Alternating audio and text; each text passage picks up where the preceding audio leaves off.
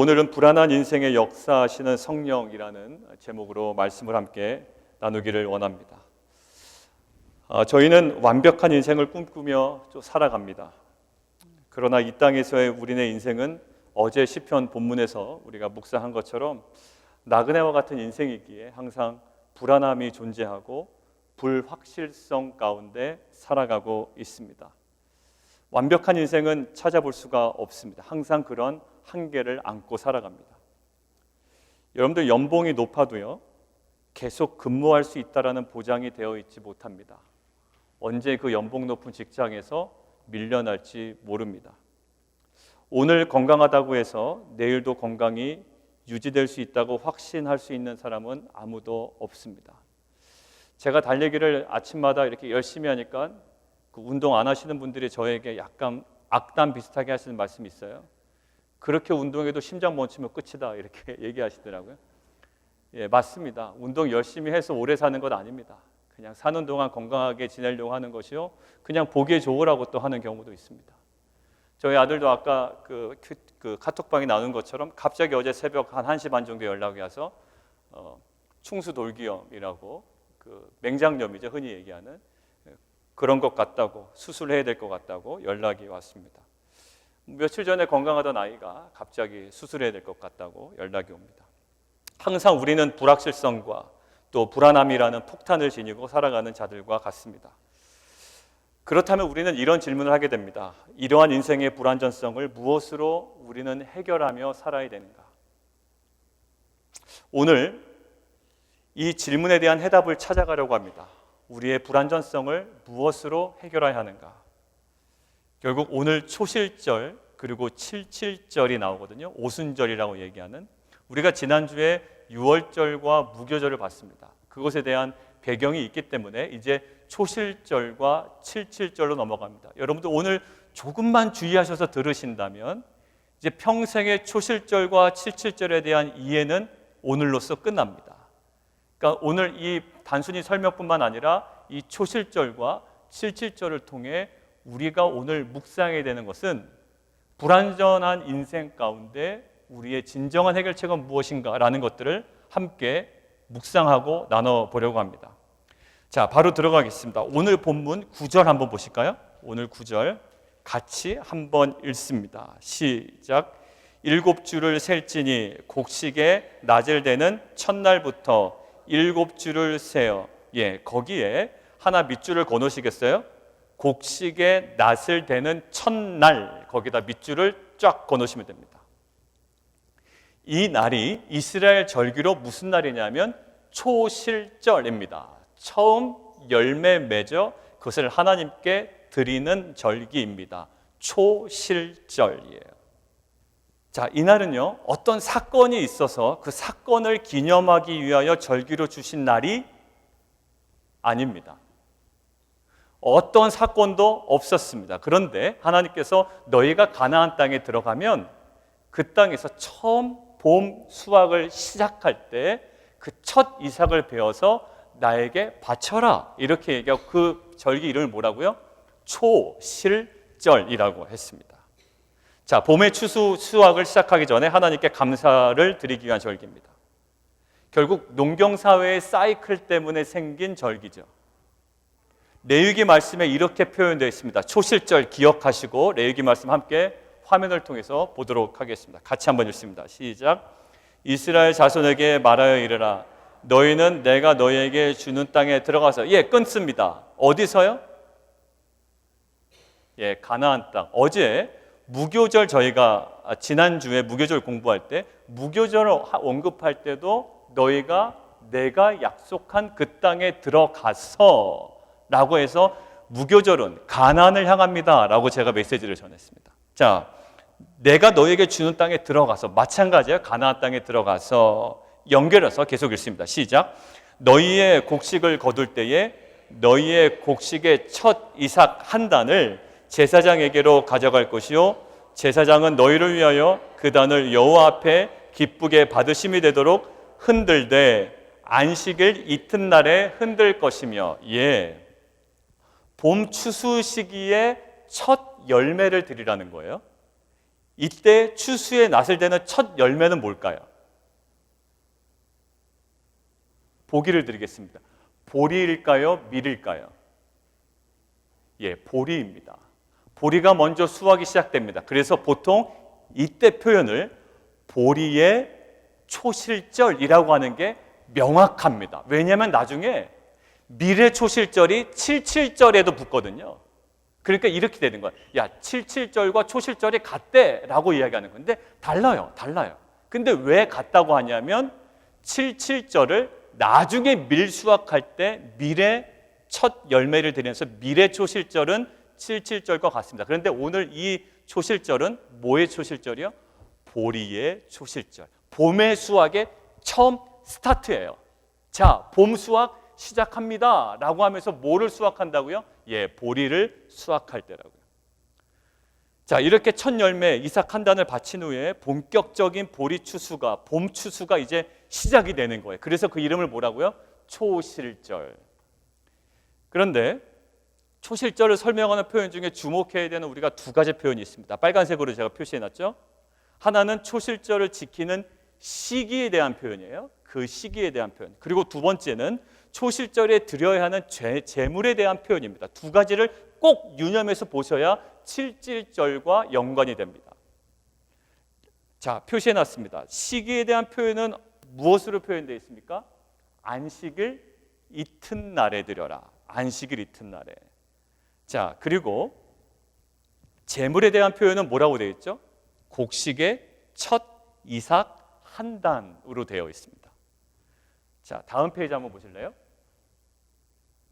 자, 유월절, 무교절은 우리가 지난주에 봤습니다. 그런데 초실절은 언제 시작이 되냐면 무교절 기간 안에 들어 있습니다. 무교절 기간 안에 들어 있어요. 그런데 무교절 기간 안에 안식일 다음 날로 뭐를 지켜라? 초실절을 지켜라. 무교절이 끝날 때가 아니에요. 무교절 다 끝나고 지키는 게 아니라 무교절 안에 어떤 안식일이 들어갈 겁니다. 안식일 다음 날에 초실절을 지키라는 거예요. 그 시기예요. 자, 그래서 내용은요. 의미는 추수의 첫 열매입니다. 이 개념을 꼭 가지고 계셔요. 자, 결국 이렇게 표현할 수가 있겠습니다. 아, 여러분들 잘 안 보이시겠군요. 밑에 글씨 혹시 보이세요? 예, 보이시는 분만 죄송합니다. 보이시는 분만 같이 한번 읽죠. 초실절은 시작. 초실절은 안식 후 다음 날 첫날에 첫 열매를 드리는 절기입니다. 자, 이제 이해 가셨죠? 초실절이 무교절 안에 들어있는데 안식 후 그 다음 날, 안식 후 첫날 드리는 그 절기입니다. 하루 동안 드려요. 자, 그러면 여러분들 기억해 보십시오. 안식 후 첫날, 안식 후 첫날, 안식 후 첫날, 안식 후 첫날 하면 떠오르는 이미지가 있죠. 안식 후 첫날. 떠오르는 이미지가 있습니다. 뭘까요? 안식 후 첫날. 예, 뭔가 있습니다. 보시겠습니다. 마가복음 한번 보실까요? 마가복음 다음 장 보겠습니다. 시작. 예수께서 안식 후 첫날 이른 아침에 살아나신 후 전에 7 귀신을 쫓아내어 주신 막달라 마리아에게 먼저 보이셨다라고 되어 있습니다. 결국 안식 후 첫날은 뭐 하신 날? 예수님이 부활하신 날이에요. 부활하신 날. 그러니까 초실절 날이 뭐와 연결되어 있습니다?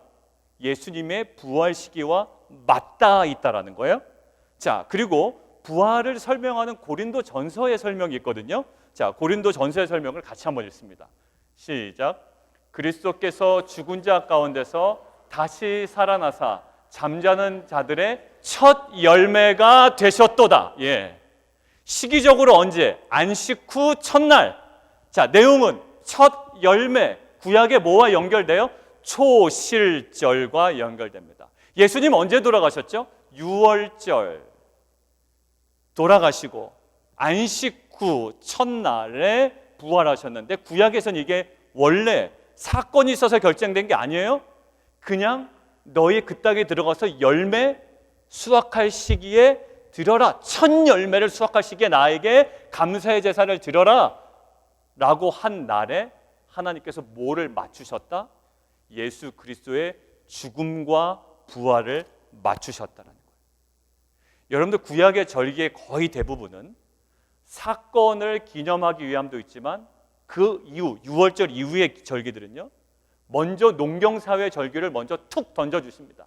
그리고 나중에 그 절기에 맞게 하나님의 구속사를 이끌어 가시는 거예요. 왜? 부인할 수 없도록. 이스라엘에게 절기 주신 거는 부인할 수 없는 팩트입니다.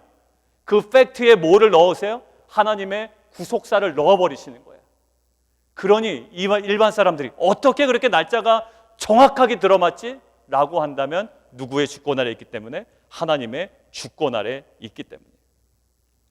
자, 결국 초실절은 무엇을 상징한다? 예수 그리스도의 부활을 상징한다라는 거. 다시 표를 보도록 하겠습니다. 다음 장 표를 보실까요? 초실절은 결국 뭐예요? 초실절은 부활의 첫 열매 되신 예수 그리스도의 부활을 상징하는 거라는 거예요. 부활 사건을 상징하는 겁니다. 예수님께서는 6월절에 맞춰서 돌아가셨죠? 그리고 무덤 속에 계시다가 안식 후 첫날 구약으로 따지면 초실절에 부활하셔서 첫 열매가 되셨다는 거예요. 계속 연관되어 있습니다. 굉장히 무심한 듯 농경사회 하나의 패턴 정도로만 여겼던 초실절이 예수 그리스도의 부활 사건의 하나의 명확한 그림자 역할을 한 거예요. 절기를 먼저 주시고 그 절기에 맞춰 하나님의 구속사를 이끌어 가십니다. 빈틈없이. 그렇다면 우리는 질문해 봐야 됩니다. 자, 어떤 질문이 있을까요? 가나안 땅에 들어와서 첫 열매 수확이 시작됐잖아요. 이제 봄의 추수가 시작된 겁니다. 마친 게 아니에요. 봄의 추수를 이제 시작합니다 라고 배워서 하나님께 먼저 드리고 이제 추수가 진행되어야 됩니다. 자, 이제 초실절 이후의 삶은 걱정과 고생은 없고 형통함으로 가득한 삶인가? 라고 질문을 던져봐야 돼요. 왜? 하나님께서 이삭을 주시고 그것을 드렸으니 이제는 뭐 하나님께 주시는 수확을 누리기만 하면 되겠네 라는 정말로 안락하고 평안한 삶인가? 표 보겠습니다. 다음 장이요. 예, 초실절 다음에 오늘 보려고 하는 77절까지의 기간이 있습니다. 어떻게 되어 있을까요? 7, 일주일 7일입니다. 그리고 7일짜리 일주일이 몇 번 있는 거예요? 7번, 7주. 그래서 77절이에요. 그러니까 49일 혹은 50일이죠. 자, 그때는 어떤 거냐면 초실절은 수확의 시작일 뿐이에요. 그러니까 마무리는 아니에요. 마무리는 어디 가야 되냐면 77절까지 가야 밀추수를 하고요. 그래서 그때 수확의 마무리가 됩니다. 봄 수확의 마무리가 된다고요. 앞에 초실절은 무엇의 수확이었다고요? 보리의 초실절. 나중에 77절은 밀의 수확이 마무리가 되면서 봄의 추수가 일단락 되는 겁니다. 자, 그런데 아직 종료된 것이 아니죠. 근데 오늘 본문 9절에서 10절 한번 보세요. 오늘 9절에서 10절. 오늘 본문. 7주를 셀지래요. 언제부터? 곡식의 낫을 내는 첫날부터 7주를 세어. 그리고 10절이요. 내 하나님 여호와 앞에 뭐를 지켜라? 77절을 지켜라. 이렇게 되어 있습니다. 77절. 그래서 7 곱하기 7, 그래서 77절입니다. 근데 오순절이라는 표현이 신약 성경에 나오죠. 오순절. 자, 그 이유는 이 77절을 표현한 레위기의 구절에서 우리가 왜 오순절이라고 하는지를 힌트를 얻을 수 있습니다. 레위기 말씀 함께 봉독할까요? 레위기 같이 한번 읽습니다. 시작. 안식일 이튿날 끝. 예, 여기까지요. 여기까지요. 안식일 이튿날은 아까 뭐죠? 초실절. 예. 안식일 이튿날 곧 같이 읽습니다. 시작. 너희가 요제로 곡식단을 가져온 날부터 세워서 7 안식일에 수요를 채우고 7 안식일 이튿날까지 합하여 50일을 계수하여 새 소재를 여호와께 드리되. 이게 지금 뭐에 대한 내용이라고요? 77절에 대한 내용입니다. 그러니까 안식일 이튿날 초실절부터 7번을 곱해라. 7주를 보내라. 그리고 그 다음 날까지 50일을 계수하여 새 소재를 여호와께 드리라. 이게 77절이자 50일이라는 개념에서 오순절. 순자가 뭐죠? 열흘이라네요. 열흘. 5 곱하기 10. 그래서 오순절입니다. 그러니까 77절과 오순절은 다분히 무엇을 근거로 허락된 주신 절기예요? 농업사회. 농업사회를 기반으로 주신 절기에 그때 가서 밀수확까지 하고 다 마무리가 되거든 그때 다시 하나님께 감사의 77절을 지켜라 라고 하는 거예요. 자, 근데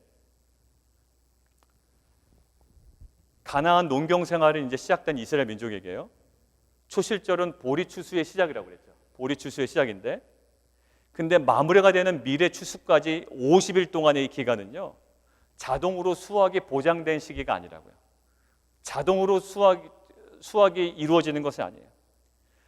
그 여러 가지 자료를 찾아보니까 그때는요, 남동풍이 불어야 되고 때로는 북서풍이 불어야 돼요. 남동풍과 북서풍이 적당하게 불어야 미래 수확까지 올바른 수확을 풍성히 거둘 수가 있습니다. 그때 만약 큰 비라도 내리게 되면 77절의 풍성한 수확은 기대할 수가 없습니다. 자, 결국 뭐냐면 여전히 50일의 기간은 뭐가 살아있는 시간이다? 흉년의 리스크가 살아있는 시간이다. 수확은 시작되었지만, 첫 열매는 봤지만, 결국 부활은 경험했지만, 내가 구원받았지만, 유월절을 경험했지만 여전히 어떤 리스크가 살아있는 기간이다? 흉년의 리스크가 존재하는 시간이다. 언제요? 초실절과 77절 사이가. 스스로 통제할 수 없습니다. 날씨는요, 스스로 통제할 수 없는 불확실성에 노출된 시기였기 때문에 적절한 기후 조건이 임하기를 간절히 바랄 수밖에 없는 시기가 이 50일의 시간이었어요. 그래서 그 7주간의 시간을 보내고 77절을 맞이했다는 것은 그들에게 큰 의미가 있습니다. 어떤 의미가 있을까요? 77절을 정말 풍성한 수확을 얻을 때 그 의미가 어떤 의미가 있을까요? 보리의 추수로 시작된 봄의 추수가 미래 수확을 통하여 잘 마무리되었습니다라는 의미가 있는 거예요. 보리의 추수가 시작이 되었습니다. 이제 봄의 수확이 시작이 되었는데 미래 수확을 통하여 이제 봄의 추수가 완벽하게 마무리되었습니다라는 의미예요. 그래서 오늘 본문처럼 자녀와 노비와 레위인과 객과 과부와 고아와 함께 기뻐하며 즐거워하며 이 77절 절기를 지켰던 이유가 그래서 있었던 거예요.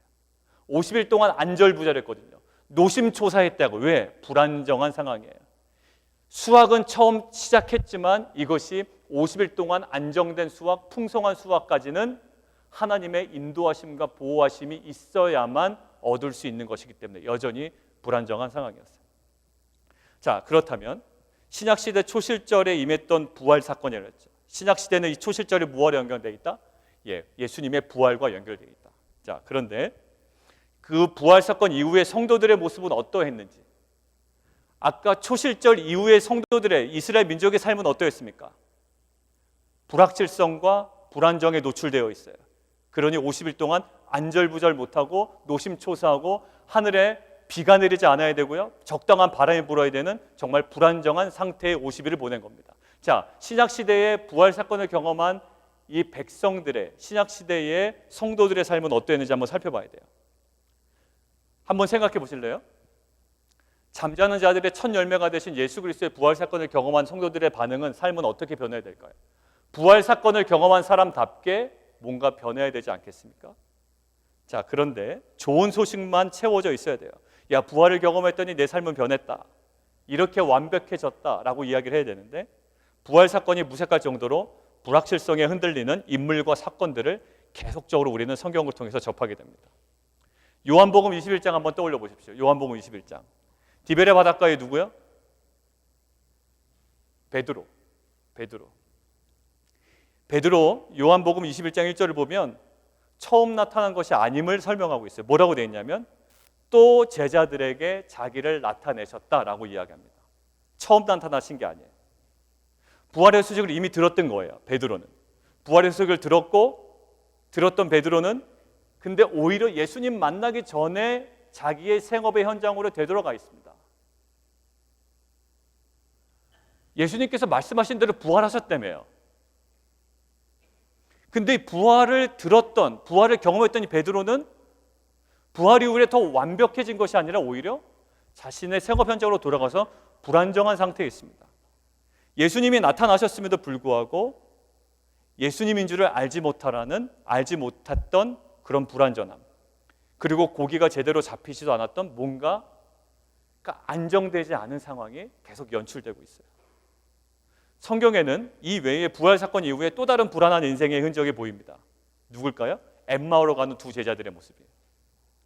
슬픈 빛을 띠고 있다라고 표현돼요. 엠마오로 가는 두 제자들의 모습이. 그들은 여전히 슬픔과 근심이라는 불확실성에 사로잡혀 있음을 성경은 표현하고 있습니다. 자, 이 모든 것들이 어떤 사건 이후에 지금 묘사된 표현이라고요? 부활 사건 이후, 초실절 이후의 성도들의 모습이었다고요. 불안해하고, 초조해하고, 노심초사해하고, 의심하고, 자기의 세상 편장으로 돌아가고, 뭐 일도 제대로 되지 않는, 고기 하나 제대로 잡히지 않는 그런 불확실성, 불안정한 상황이에요. 그런데 이 불확실성과 불안정한 시기를 깨고 하나님께서 역사하신 사건이 있습니다. 사도행전 2장 한번 보시죠. 사도행전 2장 함께 보겠습니다. 같이 한번 읽습니다. 시작. 오순절 날이 이미 이르매 그들이 다 같이 한 곳에 모였더니 호련히 하늘로부터 그들이 많은 온 집에 가득하며 마치 불의 혀처럼 갈라지는 것들이 그들에게 보여 각 사람 위에 하나씩 임하여 있더니 그들이 다 성령의 충만함을 받고 성령이 말하게 하심을 따라 다른 언어들로 말하기를 시작하니라. 예, 지금 부활 사건 이후에 사람들의 모습이 완벽하지 않아요. 불안합니다. 부활의 소식을 들은 제자들도 자기의 생업 현장으로 돌아가고, 부활의 소식을 들었던 제자들은 엠마오로 가다가 슬픈 기색을 띠고 있고, 이것은 도대체 부활 사건을 경험한 사람인지 아닌지, 구원을 받은 사람인지 아닌지 모를 정도로 불안한 상황이에요. 그런데 이 상황을 깨고 언제요? 50일 후에 구약의 77절 때 마치 풍성한 수확으로 모든 불안감이 해소된 것처럼, 정말로 이 봄의 수확이 온전히 마무리될까? 불안한 마음으로 전전긍긍할 때 하나님께서 풍성한 수확으로 77절에 은혜를 부어준 것처럼, 부활 이후에 정말로 전전긍긍하고 불안해하던 이 성도들에게 어때요? 하나님께서 오순절에 성령의 강림 사건을 통하여 그 모든 불안함과 불확실성을 종료시키셨다라는 거예요. 자, 초실절 이후에 여러 가지 기온 조건에 혹시 바람이 너무 세게 불지 않을까, 혹시 큰 비라도 내리지 않을까 불안해하는 이스라엘 민족에게 풍성한 수확이라는 77절을 통해 불안한 시기를 종료하신 것처럼, 부활 사건 이후에도 여전히 불안해하는 신약 성도들에게 오순절 77절에 맞춰 허락하신 일이 있는데, 이것이 바로 성령 강림 사건이었어요. 근데 보세요, 사도행전 2장을 쭉 읽다 보시면 성령 강림 사건 이전에는 여전히 불안하고 의기소침해하던 제자들이 성령 강림 사건 이후에, 오순절 이후에, 77절 이후에는 로마의 압제를 두려워하지 아니하고 죽음을 두려워하지 아니하고 담대하게 복음을 증거하는 증인들로 변화되었습니다. 부활 사건 이후에 그 불안한 시기, 불확실한 그 시기에 대하여 오순절 성령 사건을 통하여 하나님은 종지부를 찍으신 거예요. 표 잠깐 다시 보겠습니다. 구약의 77절이 이스라엘 민족에게 가나안 농경 사회에서의 불확실성과 불안한 시기를 풍성한 수확을 통하여 종료를 선언하는 절기였다면, 신약의 오순절은 부활 이후 여전히 불안해하던 제자들과 성도들에게 하나님께서 약속하신 성령 강림을 통하여 증인으로서의 온전함을 부어주셨던 절기였다라는 거예요. 우리 인생도 마찬가지입니다. 각자의 유월절을 통과했습니다. 구원받았죠. 그리고 예수님을 영접하고 또 무교절을 지나 또 초실절이라는 부활을 경험했습니다. 또 각자의 출애굽을 경험했습니다. 이후에 뭐든지 술술 해결되고, 교회에 나오면 또 예배 열심히 나오면 뭐든지 술술 해결되고 만사형통하고 걱정 없는 여생을 살아갈 줄 알았습니다. 그렇게 이야기하는 교회들이 또 많거든요. 교회 열심히 나오면 다 잘 될 거다. 초실절 이후에 부활을 경험하게 되면 유월절을 경험하게 되면, 영접하면 그 이후는 인생 걱정 안 하게 살 거다. 그렇게 알았습니다. 그런데 우리 여러분들의 삶을 또 보십시오. 또 우리 공동체의 삶을 보세요. 구원 이후에 여전히 불확실성과 불안이라는 상황으로부터 자유로울 수 없는 인생이라는 것, 우리는 여러 가지 다양한 사건과 또 상황들 속에서 매일매일 깊이 경험합니다. 저도 그 어제 소식을 듣고 마음이 그런 거예요. 그래도 뭐 수술하면 낫겠지라고 생각을 했습니다. 근데 예배 직전에 얘가 또 전화가 왔어요. 아빠 이게 터졌대요 라고 그러는 거예요. 근데 터졌는데 수술이 이제는 복강경으로 이렇게 뭐 간단히 뚫어서 안 되는 거래요. 배를 세로로 다 깊이 잘라야 된다는 거예요. 근데 의사가 하는 말이 그렇게 자르면 리스크가 너무 많다는 거예요. 감염의 위험도 있고, 요즘에 이렇게 완전히 개복해서 하는 수술 잘 안 하잖아요. 감염 위험도 있고 여러 가지 리스크가 있기 때문에 그냥 항생제 2주 투여를 먼저 해보는 게 어떻냐라고 해요. 야, 터졌는데 항생제 투여로 돼? 라고 하는 거예요. 잘 모르겠어요. 그러면서 얘가 하는 말이에요. 아빠 처음에 배가 좀 아파서 병원 왔을 때는 그냥 수술하면 될 줄 알았는데 배를 뭐 길게 짠다 그러고 그런 수술을 하게 되면 나중에 좀 리스크도 있고 어떤 결과가 나올지 모르니까 의사가 그런 얘기하는데 좀 겁이 나네요. 이렇게 얘기를 하는 거예요. 맞습니다. 우리 인생은 뭐 하나 이렇게 잘 진행되는 듯 하다가도 뭔가 문제에 딱 봉착하게 되면 예수 믿은 이후에도 우리는 이 불안함과 불확실성에 항상 노출되어 있는 거예요. 어떻게 해야 되나? 인터넷으로 자료를 찾아봐야 되나? 누구 의사 선생님한테 물어봐야 되나? 혹시 오진에서 잘못되면 어떡하지? 불안한 거예요. 제가 예배 전에도. 오늘 설교처럼 여전히 불안한 인생을 살아가는 우리에게 필요한 것이 과연 무엇일까요? 불안한 시기의 종료를 구약시대에 77절의 풍성한 수확과 같은 그 풍성한 수확으로 하나님께서 종료를 선언하신 것처럼 이 시작시대를 살아가는, 여전히 우리는 구원받았다고 이야기하고 부활을 경험했다고 이야기하지만 그 불확실한 시기를 살아가고 있는 우리에게 그것들을 깨고 임하는 것이 하나 있는데, 그것이 뭐냐면 오순절의 성령 강림임을 믿습니다. 그것이 우리를 완전하게 하는 능력이냐? 그것이 뭐가 그렇게 우리를 완전하게 능력이냐? 돈이 우리를 완전하게 하지. 더 많은 돈과 더 높은 지위와 더 많은 권력이 나를 온전하게 하지. 그 무슨 성령의 강림 말 같지도 않은 소리를 하냐? 그게 우리의 인생을 뭐를 완벽하게 하냐라고 하지만 부활 이후에 정말 불안하던 그들의 인생, 정말 증인으로서 살아갈 수 없는 그들의 연약한 인생을 하나님은 완벽하게 만드신 방법이 하나밖에 없는데, 그것은 오직 다른 세상의 권력이나 언변이나 지식이 아니었어요. 오직 그들에게 성령이 임함으로 말미암아 연약하던 인생이 완벽한 인생으로 세움받는 놀라운 역사가 임한 줄 믿습니다. 여러분들 안에 의심이 들 겁니다. 세상 살아갔는데 성령으로 가능하냐? 정말로 성령으로 가능하냐? 그래도 돈이 있어야 되고 명예도 있어야 되고 권력도 있어야 되고 세상에 권세와 파워가 있어야 되지 않느냐라고 이야기하지만 성경은 그렇게 얘기하고 있지 않습니다. 우리의 불안한 인생을 온전하게 하시는 하나님의 유일한 방법이 있는데, 마치 초실절 이후에 불안하던 인생을 77절의 풍성한 수확으로 종지부를 찍으시고 완벽하게 하신 것처럼 신약시대 우리와 같은 인생은 아무리 부활을 경험하고 유월절을 경험하고 복음의 능력을 경험하고 매일마다 큐티하고 복음을 누린다고 살아가지만 그래도 여전히 불안감에 노출될 수밖에 없는 우리의 인생은 하나님께서 단 한 가지의 방법, 성령의 임재로 우리의 인생을 강하게 만들어 주신다는 거예요. 생각해 보십시오. 여러분들 신약시대의 증인들은 그들의 완벽해지기 위해서 로마가 그들에게 엎드려 절했습니까? 아니요. 로마의 압제는 여전했다고요. 우리가 예수 믿은 다음에 세상이 우리 앞에 가서 절합니까?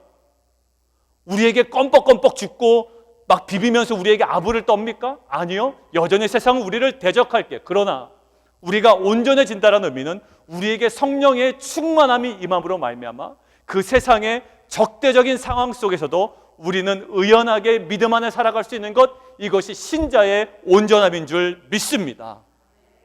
이것이 회복이 안 되고 이것이 인정이 안 되고 믿음이 생기지 않으면 여전히 우리는 세상의 돈, 권세, 권력에 기웃기웃하고 그것을 구걸하는 인생으로 평생 살아갈 거예요. 왜? 그것이 나의 온전함을 이끌어주는 능력이라고 믿기 때문입니다. 여러분들 사도행전 1장은 이렇게 표현하고 있습니다. 같이 한번 읽으실까요? 시작. 사도와 함께 모이사 그들에게 분부하여 이르시되 예루살렘을 떠나지 말고 내게서 들은 바 아버지께서 약속하신 것을 기다리라. 왜 뭐라고 하냐면 이 사람들이 증인이 되어야 되는 사람이거든요. 온전한 증인이 되어야 되는 사람인데 이들에게 무엇을 주문하냐면 야 너네들 와봐. 공부하자. 제자훈련 받자. 아니면 더 많은 그 피지컬한 어떠한 그 강도 있는 훈련을 받자라고 하는 게 아니라 그저 기다리라는 거예요. 너희가 증인으로서의 온전함을 위해서는 기다려라. 무엇을? 아버지께서 약속하신 것. 이게 뭐죠? 성령이에요. 성령. 성령이 임해야 증인의 온전함을 갖출 수 있다는 거예요. 그래서 사도행전 1장 8절에도 이렇게 기록되어 있습니다. 같이 한번 읽을까요? 시작. 너희가 권능을 받고 예루살렘과 온 유대와 사마리아와 땅끝까지 이르러 내 증인이 되리라 하시니라. 여러분들 여기서 성경 가만히 보십시오. 권능 있는 삶, 증인의 삶, 이러한 온전한 권능 있고 증인된 삶을 살아가기 위한 핵심적인 요소를 무엇으로 지금 보고 계시는 거예요? 오직 성령이에요. 성령의 임재, 성령의 역사하심이 증인된 삶, 권능 있는 삶의 핵심적인 요인이라는 거예요. 그래서 부활 사건 이후에 여전히 다양한 상황으로 흔들리는 우리 성도들에게 또 저같이 아이가 수술을 앞두고 있고 수술이 그냥 간단한 수술은 안 된다는 이야기에 마음 흔들려하며 불안한 저와 같은 인생 가운데 구약의 77절 오순절에 부어주신 풍성한 수확 은혜가 있는데 그게 뭘까요? 바로 성령의 충만함, 성령의 강림 사건이었다는 거예요. 여러분들 77절에 수확의 기쁨을 누구와 나누라고 합니까? 오늘 성경책 한번 보시겠어요? 오늘 성경책 11절 이 77절의 수확을 누구와 함께 나누려고 합니까? 너와 내 자녀와 노비와 성중에 있는 레위인과 너희 중에 있는 객과 고아와 과부와 다 함께 나누래요. 자, 그런데 사도행전의 성령의 강림 사건 이거를 구약의 요엘서가 한번 언급을 한 적이 있고요. 사도행전은 다시 표현되거든요. 그 성령의 강림 사건의 은혜를 어떻게 누리게 되는지 한번 보시겠습니다. 같이 한번 읽어볼까요? 시작. 하나님이 말씀하시기를 말세에 내가 내 영을 모든 육체에 부어주리니 너희의 자녀들은 예언할 것이요 너희의 젊은이들은 환상을 보고 너희의 늙은이들은 꿈을 꾸리라. 그때에 내가 내 영을 내 남종과 여종들에게 부어주리니 그들이 예언할 것이요. 마치 77절에 구약의 77절에 고아와 과부와 노비와 객과 레위인과 모든 사람이 이 77절의 풍성한 은혜를 누리는 것처럼 이 신약의 오순절 사건에 임한 성령이 누구에게 임한다고요? 모든 육체에게 부어져서 남종과 여종과 늙은이와 젊은이와 자녀들 할 것 없이 임하면 이것들을 다 예언하고 선포하고 그들이 온전한 증인으로 세워진다는 거예요. 우리가 온전해질 수 있는 비결이 뭘까요? 우리 자녀들이 온전해질 수 있는 비결이 뭘까요? 오직 성령의 임재와 성령의 충만함과 성령의 역사하심인 줄 믿습니다. 저는 원합니다. 금주 수요일부터 시작되는 수요 여성 큐트 집회가 이러한 성령의 역사하심을 경험하는 영적인 다락방이 되기를 원합니다. 가정의 여러 가지 관계와 상처 때문에 불안해하고 직장 문제 때문에 불확실성에 마음 흔들려하는 여성분들이 있다면 또 우리 남성들 또 그런 가정들이 있다면 그 불확실성에 대한 종료를 선언하고 역사하시는 성령님을 통하여 회복의 역사가 일어나는 은혜의 장소가 되기를 원합니다. 그리고 저는 화요일 중보기도가 그러한 장소가 되기를 원합니다. 화요일 우리 중보기도 나오신 분 알겠지만 화요일 중보기도는 정말로 이렇게 기도하지 않았더라면 우리가 어떻게 할 뻔했나 할 정도로 참 뜨겁고 감사합니다. 장소도 지하기 때문에 더 울림이 있어서 우리가 기도가 도움이 되는 것도 있고요. 또 우리가 처음으로 개척할 때 드렸던 장소이기 때문에 그런 애틋함도 있고요. 정말로 이 시간에 우리가 기도 안 했더라면 우리가 무슨 배짱으로 이 목회나 이 개척교회를 이끌어 갔을까라는 정말 하나님께서 주시는 은혜가 있습니다. 저는 화요일날 이 중보기도회가 정말로 성령께서 역사하시는 우리의 불완전함을 내놓고 나아가는 자리잖아요. 하나님, 이런 직장 문제가 있습니다. 가정의 문제가 있습니다. 우리의 사회에 여러 가지 안타까운 문제가 있습니다. 질병의 문제가 있습니다라고 우리가 우리의 불완전한 상을 가지고 나아간다고요. 마치 50일 동안 불안한 마음으로 하나님 앞에 엎드릴 수밖에 없는 간절한 마음으로 우리가 나아간다고요. 근데 이것들을 해소하는 길이 있는데 우리 뜻대로 모든 문제 해결되는 것이 아니라 성령께서 우리에게 부어주시는 마음이 있다면 비록 우리의 뜻대로 진행되지 않을지라도 우리는 모든 것들을 감당할 수 있는 온전한 자로 세워지는 은혜가 있을 줄 믿습니다. 이것이 성령의 역사하심이 주는 능력이요 은혜인 줄 믿습니다. 여러분들 그동안 환경적인 불확실성과 다양한 아픔과 상처들로 인해 노심초사해하며 불안해한다면, 그리고 세상의 권력과 권세와 물질의 풍성함이 내 인생을, 내 가정을 온전하게 해줄 수 있다고 여기고 그것에 구걸하는 인생을 살았다면, 이제는 그러한 불확실성과 불안정의 종지부를 찍으시는 성령 하나님의 임재하심과 역사하심을 갈망하는 그러한 새로운 인생으로 세워지는 은혜가 우리 가운데 있기를 원합니다. 우리 자리에서 다 함께 좀 일어나실까요? 우리 함께 좀 찬양하기를 원하는데요. 이 시간 오늘 설교의 제목은 불안한 인생 가운데 역사하시는 성령, 그리고 초실절과 그리고 이 77절을 통하여 불안한 시기를 지내야 됩니다. 이 50일 동안 이 수확이 제대로 마무리돼야 할 텐데, 큰 비라도 내리면 안 되는데, 적당한 바람이 불어야 되는데, 이런 불확실성과 불안정에 노심초사하는 인생입니다. 부활을 경험한 제자들의 모습도 정말 형편없었습니다. 부활을 경험했다 할지라도 그는 여전히 생업 현장으로 돌아갔고 불안한 인생 가운데 슬픈 기색을 띄었다라고 되어 있습니다. 그러나 이러한 모든 인생의 불안함을 깨고 들어오신 하나님의 은혜가 있는데, 이것이 성령의 임재요, 성령의 강림이요, 성령의 역사하십니다. 이 시간 우리의 인생의 모든 불안한 문제들을 주 앞에 다 내려놓고 이 찬양을 올려드렸으면 좋겠습니다. 하나님, 우리 불안한 인생 가운데 성령 하나님 역사하여 주시고, 불안한 인생을 온전한 증인으로 삼으신 것이 오직 성령으로 임했던 것처럼 우리 이 시간 성령으로 역사하여 주시옵소서. 함께 찬양하겠습니다. 허무한 시절 지날 때 기쁜 한숨 내쉴 때 그한 분 오시어 당신하는 분인데, 고와 같이 너희를 버려두지 않으리. 내가 너희와 영원히 함께하오. 다시 한번 합니다. 어두운 시절 지날 때, 허무한 시절 지날 때, 깊은 한숨 내쉴 때, 그런 풍경 보시며 탄식하는 분인데, 고와 같이 너희를 버려둔 내가 너희와 영원히 함께하리라. 내가 너희와 영원히 함께하리라. 성령이 오셨네.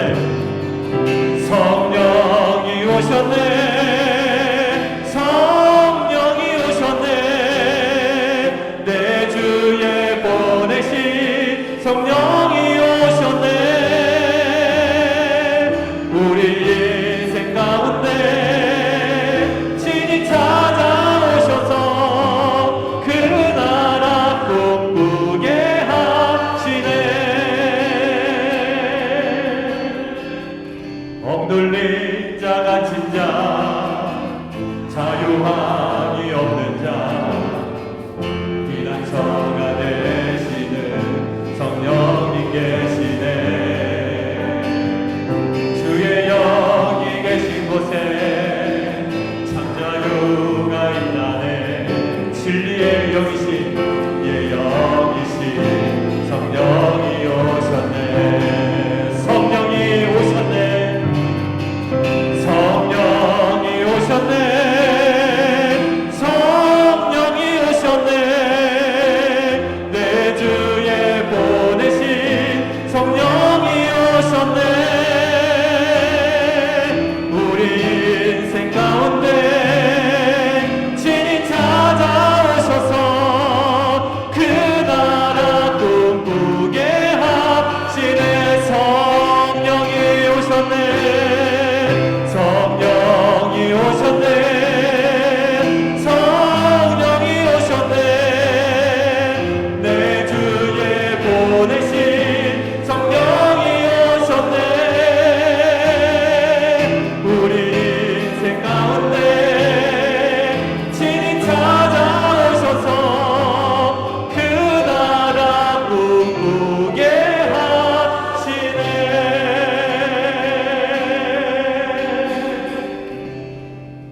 우리 시간 함께 좀 기도했으면 좋겠습니다. 주님, 여전히 저는 불완전합니다.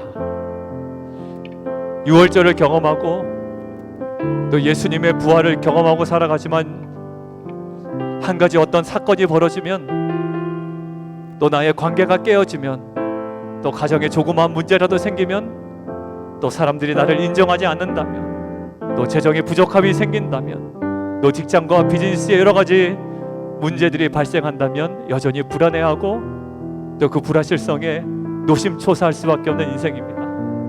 하나님, 이것들을 그동안 우리는 세상의 것으로 메꾸려고 했고 세상의 것으로 감당해내려고 부단히도 애를 썼습니다. 그러나 50일 동안 기후의 불확실성을 하나님의 풍성한 수확으로 종지부를 찍으신 것처럼, 부활 이후에 그들의 연약함을, 증인으로서의 연약함을 오순절의 성령 강림으로 종지부를 찍으시고 온전한 증인으로 새롭게 빚으신 것처럼, 하나님, 우리의 불안한 인생을 이 시간 다 주 앞에 내려놓습니다. 주님, 세상의 것이 아니라 오직 초대교회 성도들을 성령으로 온전한 증인으로 세우신 것처럼 우리의 불안한 인생을 성령이여 임하셔서 우리를 온전한 인생으로 새롭게 하여 주시옵소서. 이 시간 주님으로 한 번 부르고 함께 기도합니다. 주여, 살아계신 하나님 아버지 감사합니다.